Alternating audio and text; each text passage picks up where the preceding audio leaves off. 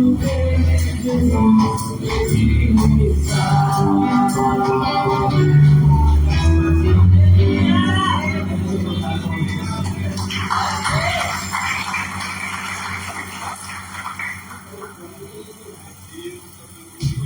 a igreja com a paz do Senhor. Aleluia. Coloca de pé só um minutinho, só para a gente ir orando, amém? Glória a Deus. Pai, obrigado pelos louvores, por tudo que o Senhor já tem feito até aqui nesta hora. Mas nós queremos, Deus, queremos mais de Ti, queremos ser alimentados. Fala o nosso coração, Deus amado, nos alimenta nesta noite. O Senhor é o nosso refúgio, nossa fortaleza e o nosso pão vivo que desceu do céu. É o que te pedimos e te agradecemos em nome de Jesus. Abra sua Bíblia aí se você trouxe ela no Evangelho de João, no capítulo 1. Eu pedi para o Raimundo para continuar o que a gente começou falando na quarta-feira. E se Deus permitir, na quarta a gente termina esse tema, que é o Deus encarnado. Nessa época de festa de Natal, o mundo acaba celebrando muitas festas e acaba esquecendo qual é o sentido, o que é o Natal, por que Jesus veio encarnado como homem. Cadê? Vou colocar ali na tela. Aqui está sem Bíblia.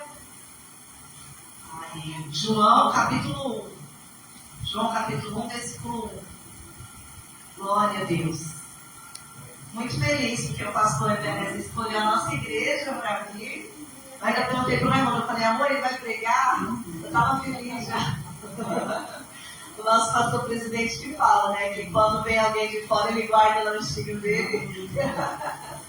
Então, vamos lá. João capítulo 1 diz assim a palavra de Deus. No princípio era a palavra. Ali está o verbo, né? Vou ler ali. No princípio era o verbo, e o verbo estava com Deus, e o verbo era Deus. Ele estava no princípio com Deus. Todas as coisas foram feitas por Ele, e sem Ele, nada do que foi feito se fez. Pode se assentar. Glória a Deus. Feliz também pela vida do nosso irmão. Ô irmão, desculpa, só foi seu nome por alemão. Meu Deus. Mas o nosso irmão, esposo da irmã Evelyn. Irmãos, no sábado que vem, não esqueçam, irmãos, se vocês não forem viajar, se vocês não estiverem viajando, tem os irmãos que já vão viajar, que já falaram pra gente, irmãos, se você não puder, nos avise, fala porque você não está vindo, porque você não veio, se você tinha um compromisso, que a gente fica preocupado, fala, meu Deus, será que aconteceu alguma coisa com o irmão? Então nos avise se você não estiver, mas eu peço, igreja, para você fazer um esforço. Se tiver visita na sua casa, porque vai ser final de semana, traz a visita, fala, olha, vai ter um culto especial de Natal, mas traz a irmã Silvia, viu, irmão Kleber? Traz a sua família, vai ser um culto especial, convide os seus amigos e venha, vai ser no sábado, tá, irmãos?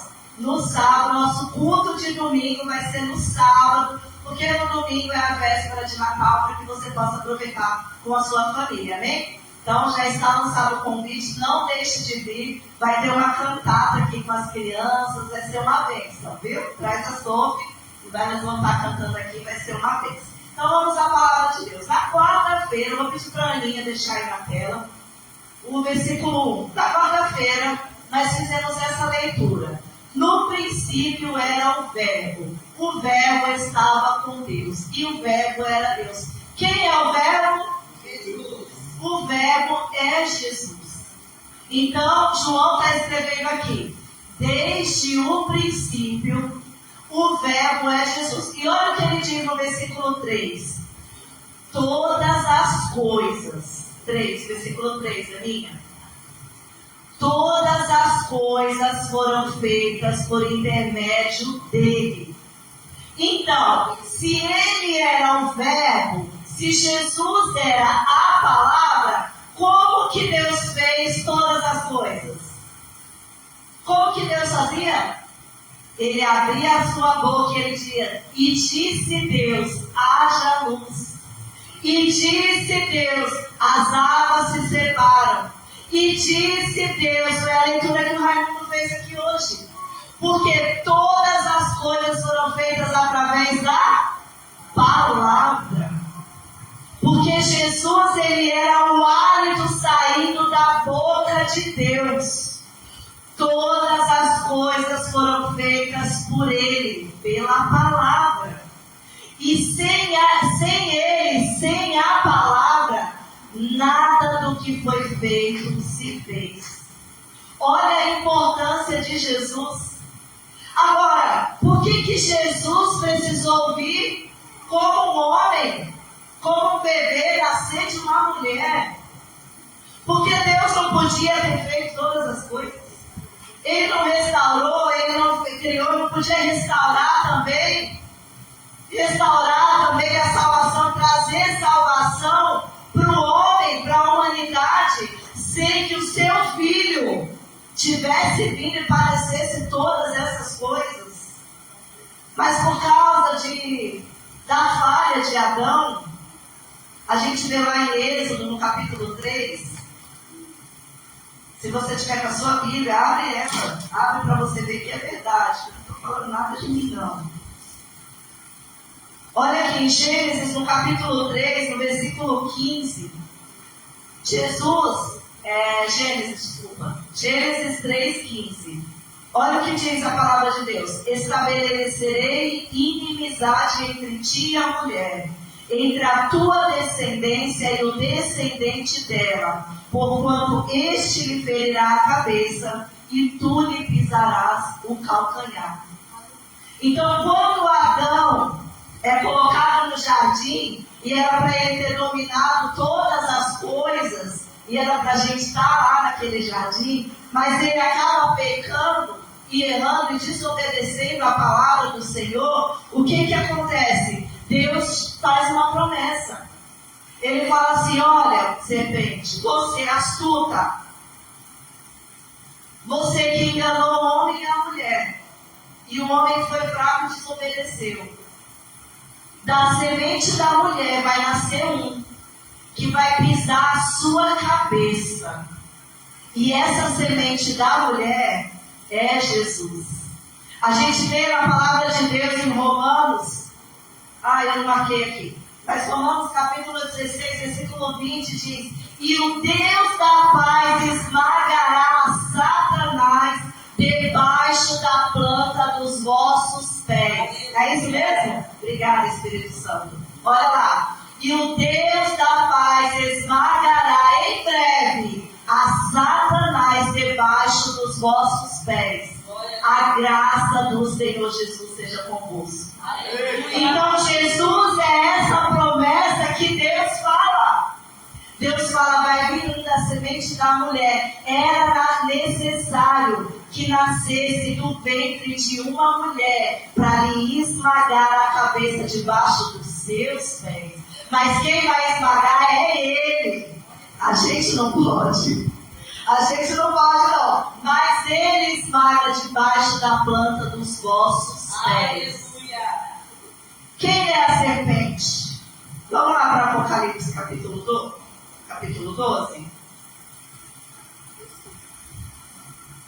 Apocalipse capítulo 12, versículo 9. Olha o que diz a palavra de Deus. O 9, minha.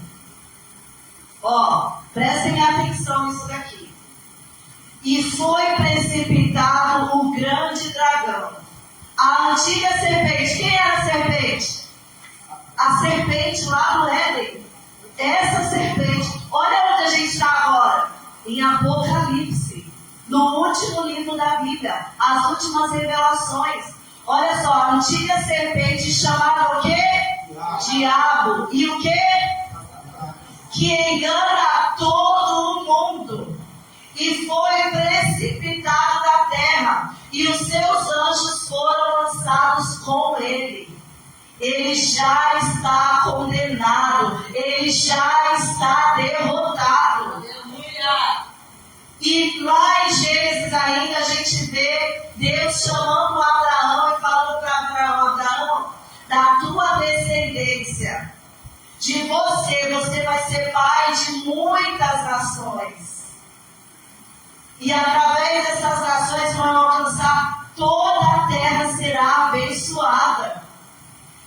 Jesus era da descendência de Abraão. E hoje nós, que nem somos judeus, somos alcançados com a graça do Senhor. Aleluia. Ali ainda em Gênesis, quando Jacó está correndo, e ele chama seus filhos para profetizar bênção sobre ele, Jacó fala assim: olha, Judá, de você, Judá, o cetro não se apartará da tua casa. Você é como um leãozinho. E é por isso que hoje nós falamos que Jesus é o leão da tribo de Judá. Ali Deus estava só falando: olha, vai vir um ungido. Adão errou. Adão falhou na missão, mas vai vir um. Esse não vai falhar.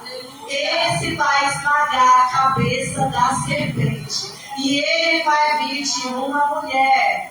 E mais séculos depois, a gente vê um anjo chegando para uma adolescente que estava prometida em casamento e fala: bem-aventurada és tu entre todas as mulheres. Eu? Por quê? Ela não entendeu. Eu? Oxi, o que eu fiz? E aí ele fala: você vai gerar através do Espírito Santo o Filho de Deus, o Salvador do mundo. A luz resplandeceu nas trevas. E João, lá em João continua falando: ele era a luz e ele estava no mundo, mas o mundo não o reconheceu. Ele veio para os seus, mas os seus não o receberam. Portanto, a todo aquele que nele crê, deu-lhes o direito de serem chamados filhos de Deus.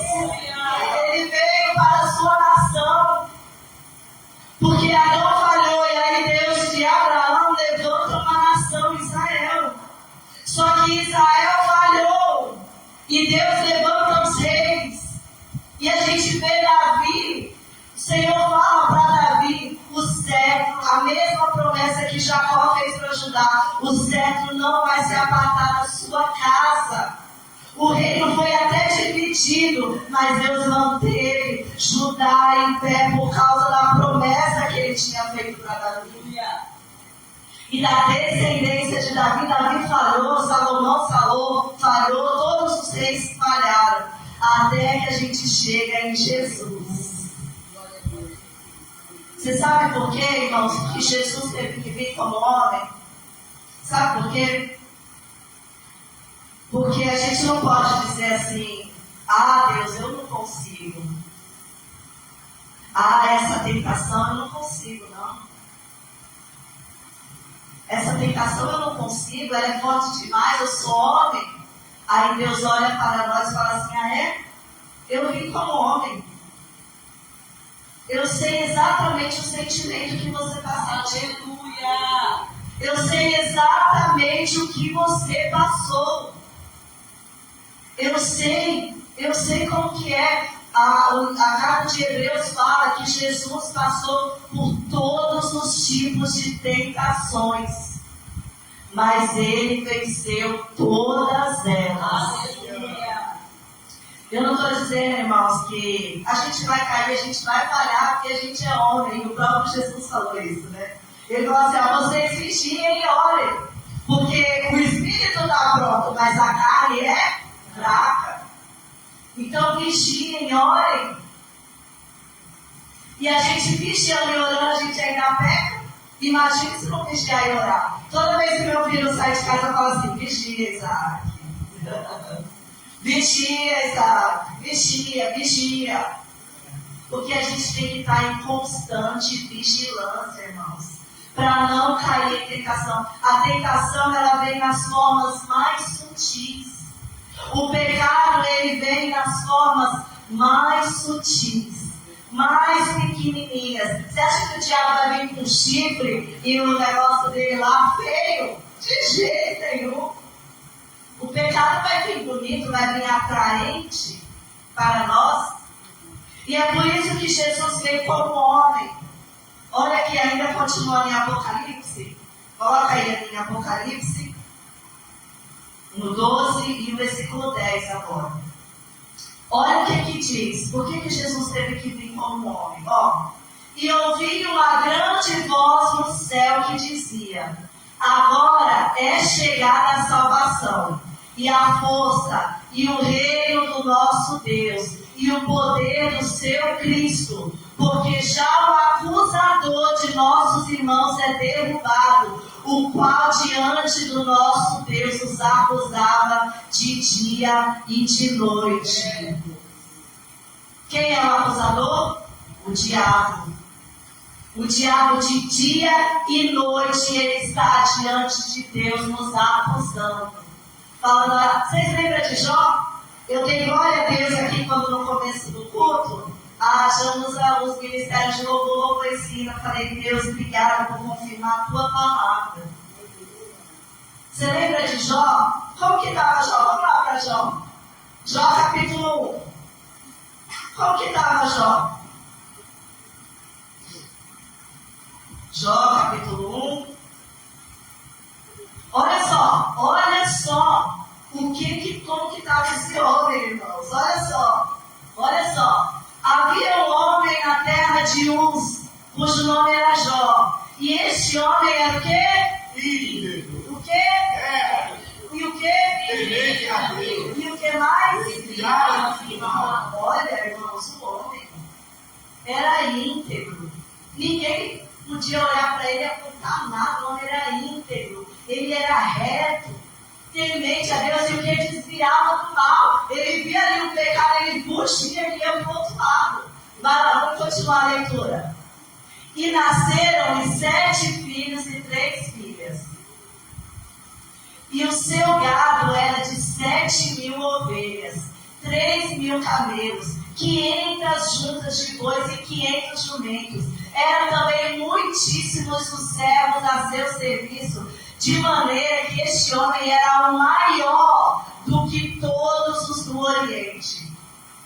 E iam seus filhos à casa um dos outros, e faziam banquetes, cada um por sua vez, e mandavam convidar suas 3 irmãs a comerem e a beberem com eles. Então, olha, os filhos deles eram tão abençoados, os 7 filhos, então assim, esse final de semana vai ser na minha casa, o final de semana vai ser na sua. Olha a comunhão que tinha entre os filhos dele, ele chamava as irmãs. Sucedia, pois, que decorrido o turno de dias dos banquetes, olha o que Jó fazia, ó. Enviava Jó e os santificava. Jó chamava eles, falando assim, ó, vem cá, vem santificar. E levantava de madrugada e oferecia holocausto, segundo o número de todos eles. 10 holocaustos ele fazia pelos seus filhos. Porque dizia Jó, porventura pecaram os meus filhos e amaldiçoaram a Deus no seu coração. Assim fazia Jó continuamente. Então, olha o homem, ele era tão temente a Deus que ele tinha medo dos filhos pecar. Então, o que ele fazia depois das festas? Ele falava assim, não vai que os meus filhos pecaram contra o Senhor. Então, vamos aqui, ó. Vamos se purificar, vamos se consagrar, vamos pedir perdão. Vai, não fez nada, mas vamos pedir perdão, vai que fez alguma coisa. Era assim, olha o zelo de Jó com seus filhos, com a sua casa. E num dia em que os filhos de Deus... Aí olha só, Jó estava na vida dele maravilhosa, homem temente a Deus. E um dia em que os filhos de Deus vieram apresentar-se perante o Senhor, veio também quem? Entre eles. 7. Cadê o 7? Tá aí. Então o Senhor disse a Satanás, da onde vens? E Satanás respondeu ao Senhor e disse, de rodear a terra e passear por ela. E disse o Senhor a Satanás, observaste meu servo Jó? Ou tipo, Satanás, já que você está por aí à toa, você observou meu servo Jó? Olha só, porque ninguém há na terra semelhante a ele. Olha, irmãos, Deus, imagina Deus, o próprio Deus, testemunhar a favor de um homem. Então, olha só, ninguém há na terra semelhante a ele, homem íntegro, reto, temente a Deus e que se desvia do mal. Próximo. Então respondeu Satanás ao Senhor e disse, porventura teme Jó a Deus em vão? Ó o acusador aí, ó. Porventura, tu não cercaste de sebe a ele a sua casa, e a tudo quanto tem, a obra de suas mãos, abençoaste o seu gado, se tem aumentado na terra. Mas estende a tua mão e toca em tudo quanto tem, e verás se não blasfema contra ti na tua face. Então, olha só, o acusador, o diabo, fazendo o papel dele. O diabo chega para Deus e Deus já fala, né? Você viu, meus irmãos? Jó morreu sem saber por que tinha acontecido tudo aquilo com ele, né? Às vezes acontecem umas coisas que a gente fala, meu Deus, eu estou fazendo tudo certinho. O que está acontecendo? Mas o diabo, ele é o acusador. Olha o que a gente leu em Apocalipse. Ele está diante de Deus dia e noite nos acusando. Dia e noite, falando, olha, tá vendo o que o Raimundo fez? Tá vendo o que o Raimundo fez? Tá vendo o que a Josi fez? Tá vendo o que o Carlos fez? Tá vendo o que o Isaac fez? Tá vendo o que ele fez? Porque ele é o acusador. Dia e noite. Vamos voltar lá para Apocalipse 12? Apocalipse 12, 10. Graças a Deus. Aleluia. Olha só. O 10, né? A gente leu ali até dia de noite. Então vamos para o 11. E eles o venceram pelo sangue de quem? O Cordeiro. E a palavra do seu testemunho. E não amaram as suas vidas até a morte. Sabe quem são esses aí? É eu e é você. O diabo está diante de Deus dia e noite nos acusando. Mas nós, volta lá na linha 11. Mas quem venceu? Nós. Nós vencemos pelo sangue de quem? Do Cordeiro.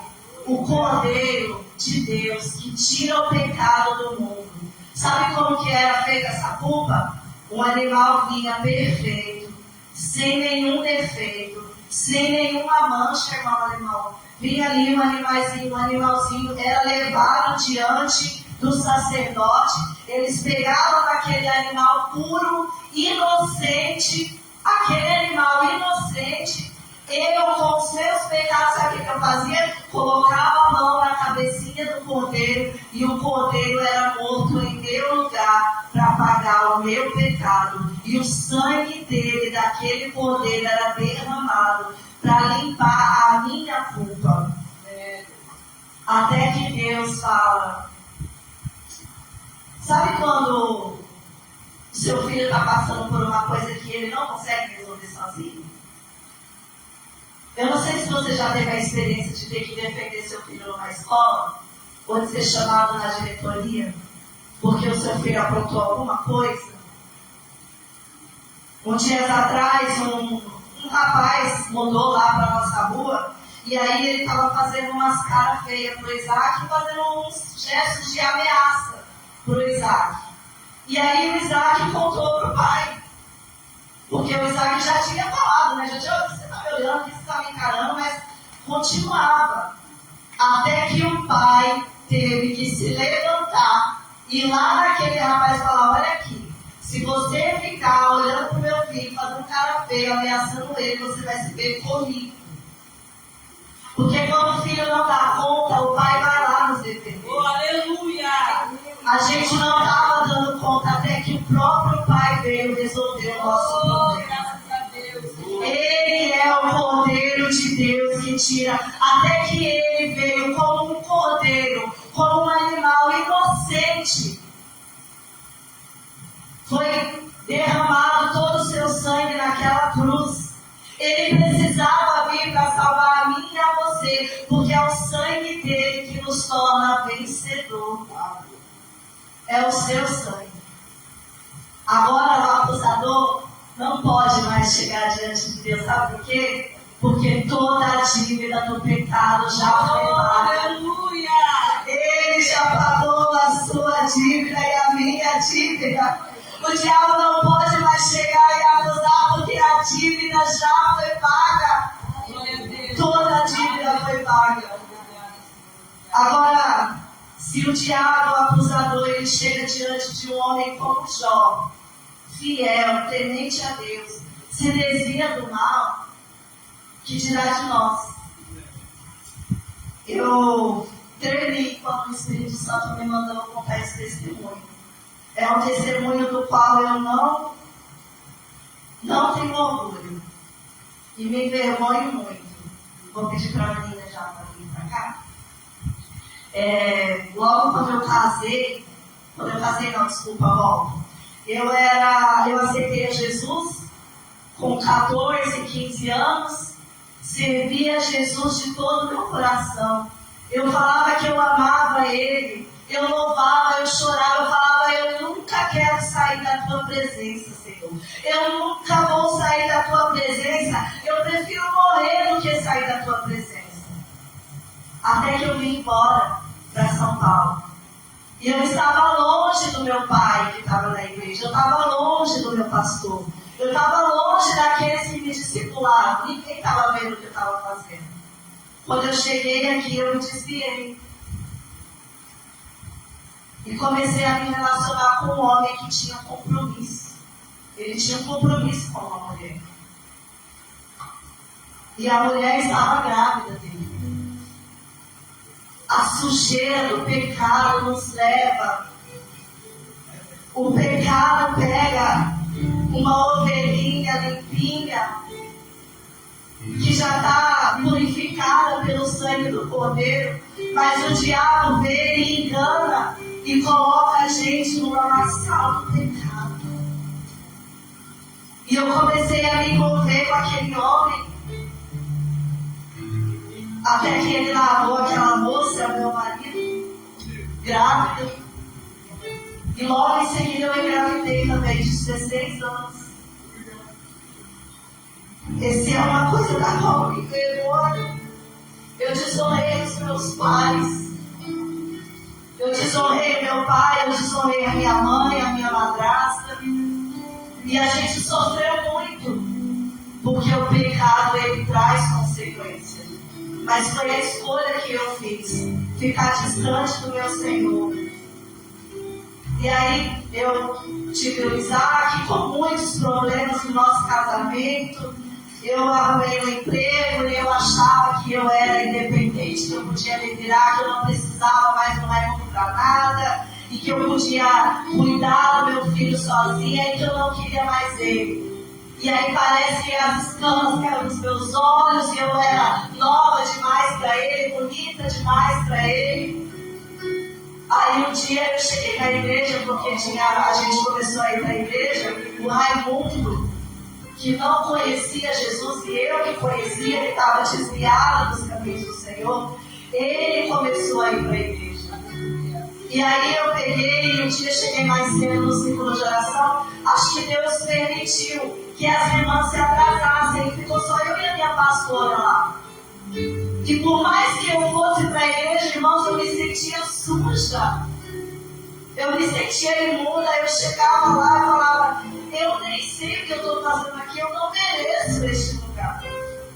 Eu não mereço estar aqui. Aí quando eu estava ali com a minha pastora, eu fui e falei para ela daquilo que eu estava sentindo, confessei os meus pecados para ela. E foi ali que eu descobri quem é o acusador da minha alma. Aí ela falou para mim assim, ela falou assim, Liliane, nem você pode se acusar, porque o único acusador é o diabo. E Satanás, ele é o único que acusa. Recebe o perdão do Senhor. Irmãos, naquele dia, eu que estava desviada, eu renovado no Espírito e voltei a falar em línguas. E o Senhor restaurou meu casamento. E hoje, graças a Deus, nós temos quase 20 anos de casado. Eu não sei qual é o tamanho do seu pecado, da sua culpa, o fardo pesado que você carrega.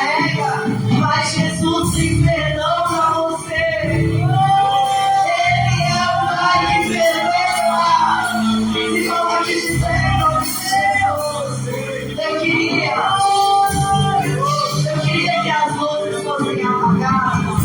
Eu quero que você esqueça essa pessoa que está do seu lado. Esquece. É um apagar de luzes, não muda em nada. Mas é só para que você não olhe para ninguém que está do seu lado. Recebe o perdão do Senhor nessa noite.